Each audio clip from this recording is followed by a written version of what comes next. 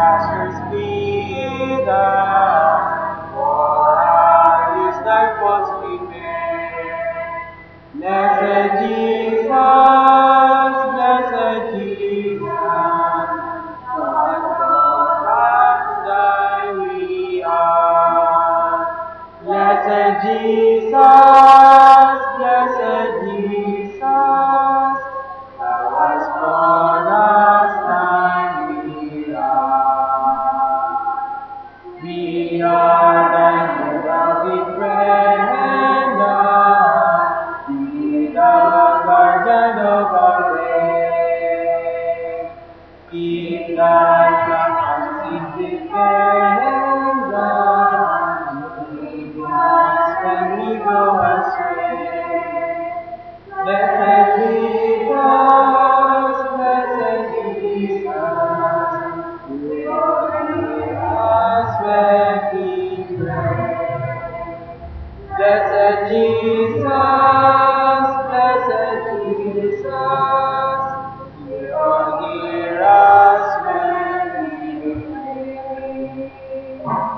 Thou hast promised to receive us, poor and sinful though we be. Thou hast mercy to relieve us, grace to cleanse and far to flee. Blessed Jesus, Blessed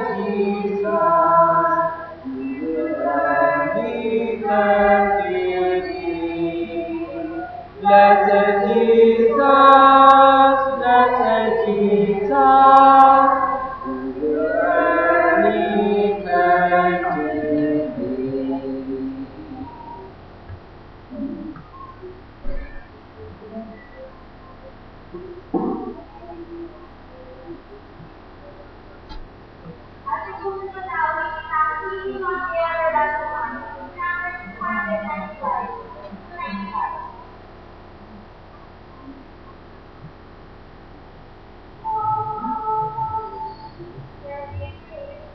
What a fellowship, what a joy divine, God the everlasting arms. What a blessedness, what a peace is mine, God the everlasting arms. Leading me, safe and secure from all alarms.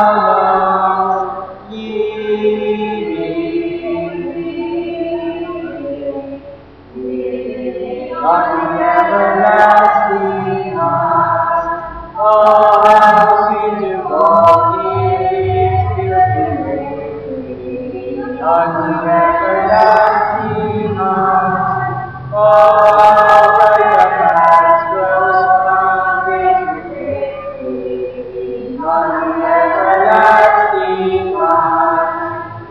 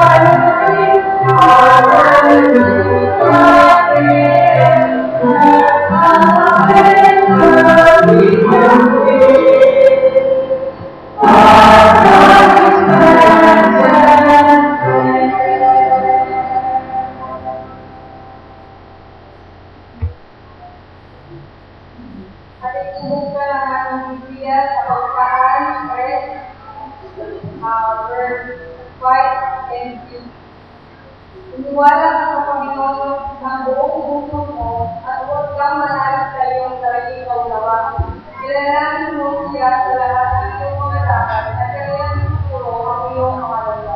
Ay tuturo sa ating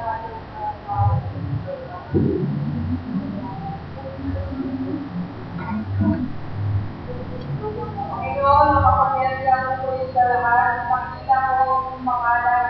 Pinupuri namin kayo pinatasalamatan sa labing mo na sapagkat dumating na po araw ng dapat upang kami po ay magsama-sama ang mga pag-ikot sa inyong pangalan.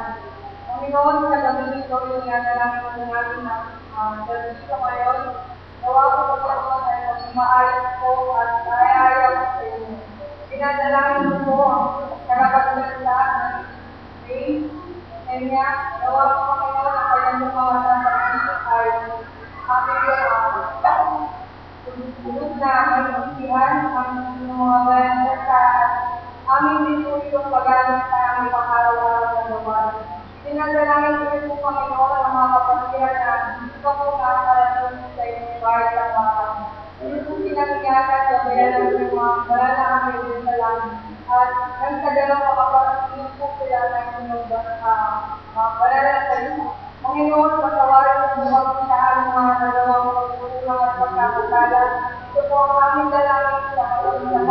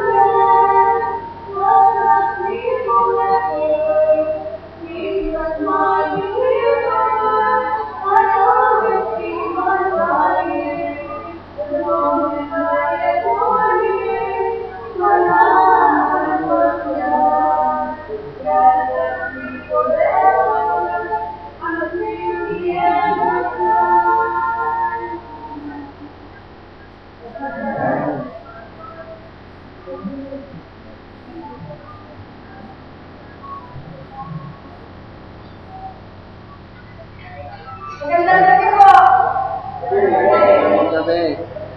Magkabay po kami sa atin. Nagpapadala po sa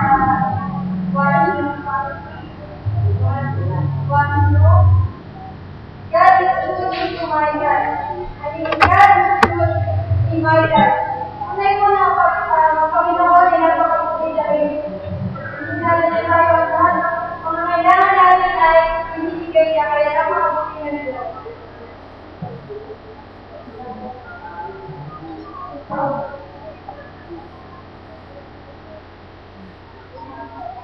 Yan, napakabigay na nila sa kaya lang magkakaroon tayo ng mind. Kumusta yung pagmula kayo bago sila nagkakaroon? Kumusta po isang linggo ninyo? Hindi pala. Yung araw na malipas. Kumusta po? Buti. Bago po tayo magsimula, tayo po muna na lang. Kapag wala na nakatatas sa mga langit, yan tayo po kami iwan. Sabihin tayo magpapakinggan naman. Nasabing tayo mo namin natin sa abang ng mga kapagpapalan. Ama, wala ko sa mga kaya na. Kaya naman ako ito umayon. Hindi maaari sa susimulan na akin. Tayo na ang kapagpapalan. Salamat po mga kapagpapalan sa langit sa mga Amen.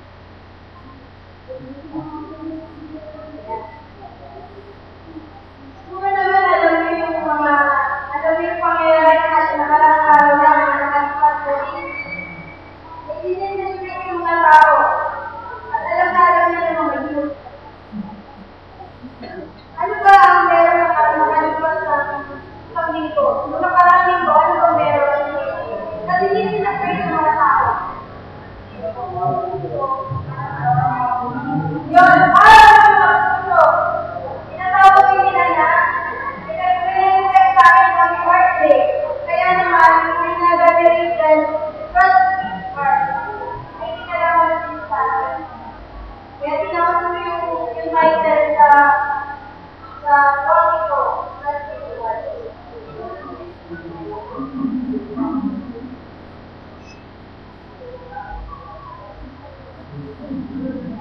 Gaano po ba katagal ang inyong pagtitiwala? Dahil po, sacrifice ang ating pamagano. Meron po isang kwento na may kinalaman sa puso. Meron po akong kaibigan sa AUC at gusto siya. Nag-gusto na kumatin sa akin. One time, sabi niya, hindi ka nito, kaya na, makakakita sa akin. Okay, yan yun. Sabi niya sa akin, hindi ko kwento ako kayo. Ano po kayo nalaman sa hindi? Tapos, gano'n. Sabi niya, alam mo ba yung power? May ginawa ko sa akin. Ano naman? Lagi niya ako nilalala ng pagkain. Tapos, pag wala akong kasama, nandito sa apartment, nagdadala na yung gitara, kinakantahan niya ako. Basta, ang nilalaman niya, tapos dito, minsan nag-install kami. Yung kwarto niya, at mga baso sa kapag ko yun. Kaya sabi ko, yun ba yung nakikinig yung working boy? Sabi niya, oo, yun. Parang nag-develop na ako sabi niya gano'n. Nag-ilang na daw. Pero sabi niya, magbibigay ako ng palugit. Itignan mo muna kung gaano makakatong lalaki ito o kaniligaw. Makalipas yung ilang mahal, bawal siya. Nagalit. Patsyon, din na ako lalaki ng patsyon, din na ako. Sa mga Tagalog ko, Tagalog version, papatayin niya daw yung lalaking yun, papatayin niya daw. Bakit ka galit na galit? Malami ko naliligaw sa akin, kung pala sa Facebook, may girlfriend siya. Ouch! Na-hurt siya. Kasi naliligaw ko kanya yung lalaki, pero may girlfriend na pala sa Facebook. Isa lang Facebook pa nga mga nabibigbigaan. So yun, nagalit siya. Sabi niya,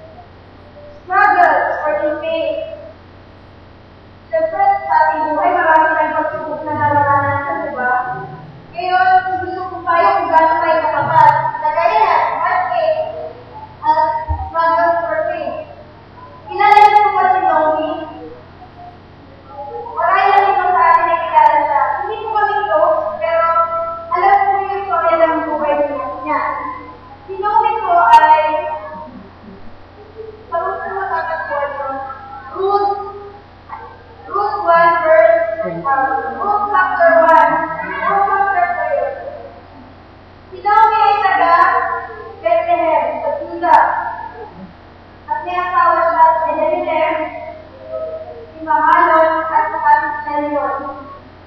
Ngayon po, nagkaroon muna sa gundo sa Buda. At napagkasundo nila na sikat at punta sa ibang lugar at napunta po sila sa Moab. Napakarating po sila sa Moab, tumira po sila doon na 10 taon. At doon na rin namatay si Elimelech at asawa ni Naomi. Si Leon at si Mahalon ay nakapag-asawa ng babae taga Moab. At doon sila namuhay. Namatay si Elimelech at asawa ni Naomi. Namatay din ang mga anak niya, si Leon at si Mahalon. At ang tanging natitira na lang sa kanya ay ang dalawang magulang niya, si Orpha at saka si Ruth.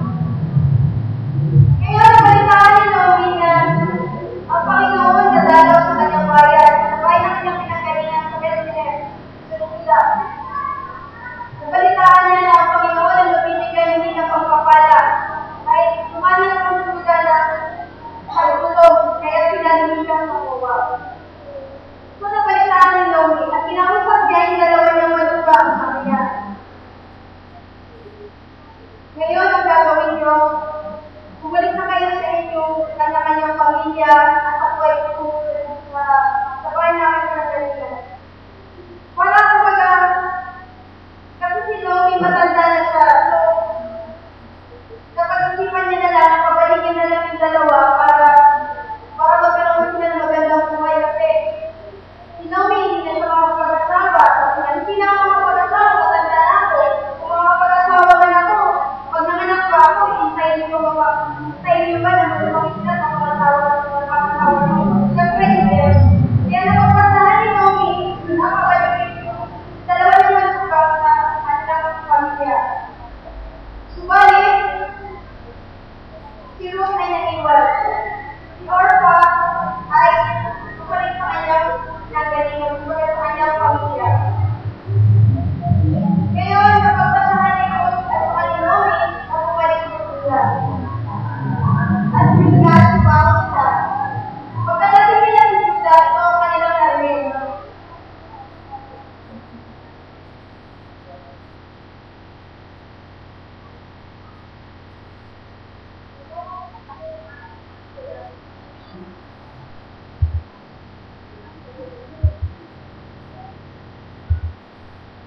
Yan po.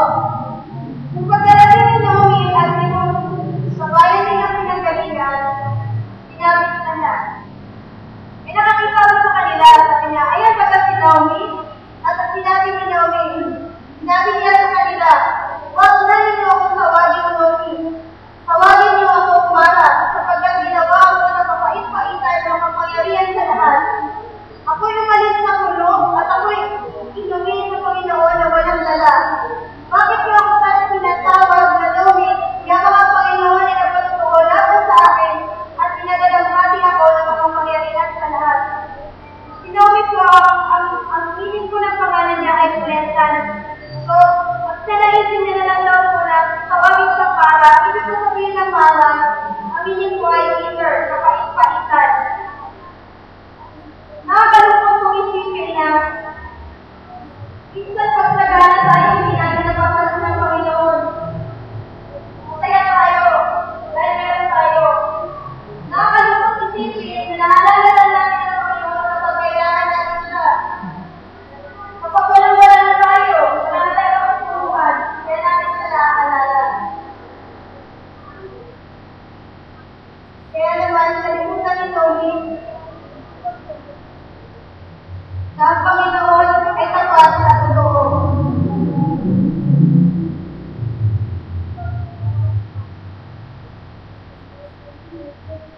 No hope. Wala na pong pag-asa. Kung narinig ko yung salita, wala na pag-asa. Ako ang parang sa isip ko, yung mga taong nagpapatiwakan, yung mga nag-disipay. Kapag narinig ko naman yung salita yun, ang mga parang sa isip ko ay sinula. Minsan, karamihan sa atin, kung marami na iba sa atin, nag-isip na, mag-isip na lang kaya ako para hindi ko na maramdaman yung sakit, yung hirap, yung gastusin. At kung ano-ano ang problema na kumakama sa ating isipan. Kaya ang pag-ibig ay tapos mamatayan. Ang pag-ibig dito ay para sa kanila, tapos para hindi na nila maranasan kung ano yung hirap na mararamdaman nila. Ang mga nag-ibig dito ay mga tubag. Dahil hindi po nila kaya magbuhay ng mga pagsubok at nalilimutan po nila na ang Panginoon alam na He is the Master self and holds the victory in His hand. Naalala ko si Judas. Napatiwala si Judas. Sa akin, alam mo na dito siya. Pero nawala siya ng pag-asa. Kaya ang ginawa niya, nag-iisip niya lang siya. Marahil, si Judas na pauloy sa kanyang buhay. Mararanasan niya kung ano yung plano sa kanya ng Panginoon at kung anong pinagpatang meron siya. Kaya nga lang, ang tinakapan niya yung buhay niya, lagyan niya naman natin. Sabi nga sa Proverbs 3, verse 5, 6, "Tiwala ka sa Panginoon ang puso ko at magpapanalig sa iyong sariling kaunawaan. Ilalalim mo siya sa lahat ng iyong mga lakad at kanyang ituturo ang iyong landas." Isang luwarang ama, Abraham. Si Abraham ang sinenyo ng Panginoon. Sabi ng Panginoon, Abraham, gusto mo i-offer mo yung anak mo sa ihahain mo buhay para sa akin. Okay. Wala pa sa Bible na nagreklamo si Abraham. Ama, bakit? Isa na nga yung anak ko offer mo pa kayo? Wala na akong anak, nagiging ka pa ng anak, hindi mo papatay ko yung lahat sa'yo. Wala pa ko narinig na nagreklamo si Abraham. At kinaumagaan, nagdadala na mga pinagkailangan niya para sa gagawin niya. At yun nga po, sa mga alam naman natin ang kwento. Na si Abraham, in-offer niya yung anak niya na walang pagkadalawang isip at natiwala sa Panginoon ng buong puso. At sa habang sila naglalakbay, tinanong siya ng kanyang anak, "Ama, nasa akin ang lawan, ang isang partanda, wala naman yun, at saka yung kahoy na panggato. Nasaan po yung i-offer natin?" Sabi ni Abraham, "Ang Panginoon na ang bahalang mag-provide." Nang makarating po sila sa lugar, ang mga Muraya,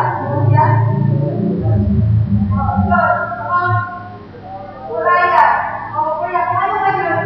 Nakarating po sila doon. Sa madaling salita, hinahin ni Abraham sa na walang pag-alinlangan sa puso niya. Sinunod niya ang Panginoon.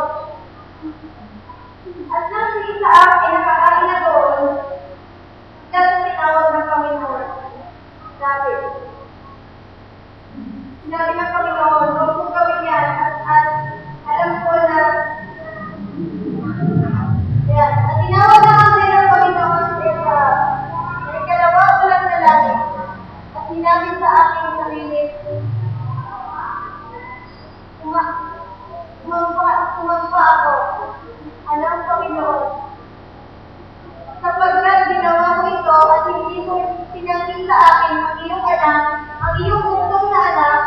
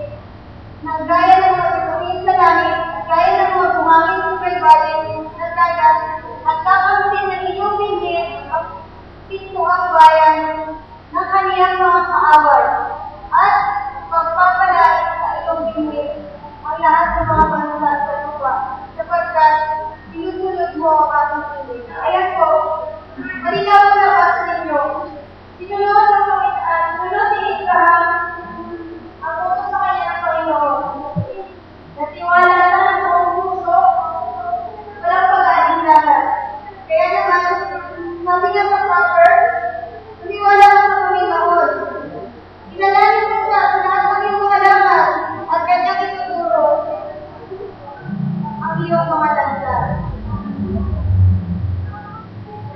Mga magulang, mga niya, mga yun, kailangan natin ng mga working, struggle, working, kailangan natin ng pagbubuhay tayo. Minsan sa ating buhay, kailangan i-test tayo kung gano'n ba tayo makabanta sa paniwala o paniwala natin sa Panginoon. Siyempre, dahil sa mga problema na yan, marami na iba sa ating pangungina, mawawala ng pag-asa. Kaya naman, minsan tinitest tayo ng Panginoon kung saan ba tayo matatag sa namalatayan natin sa Kanya at pagkiwala natin sa Kanya. Kaya naman,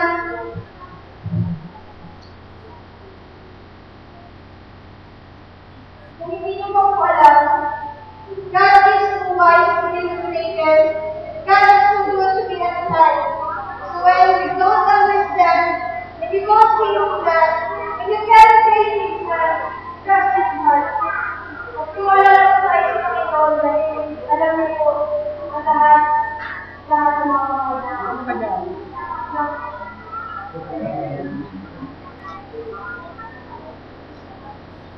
Hanapin.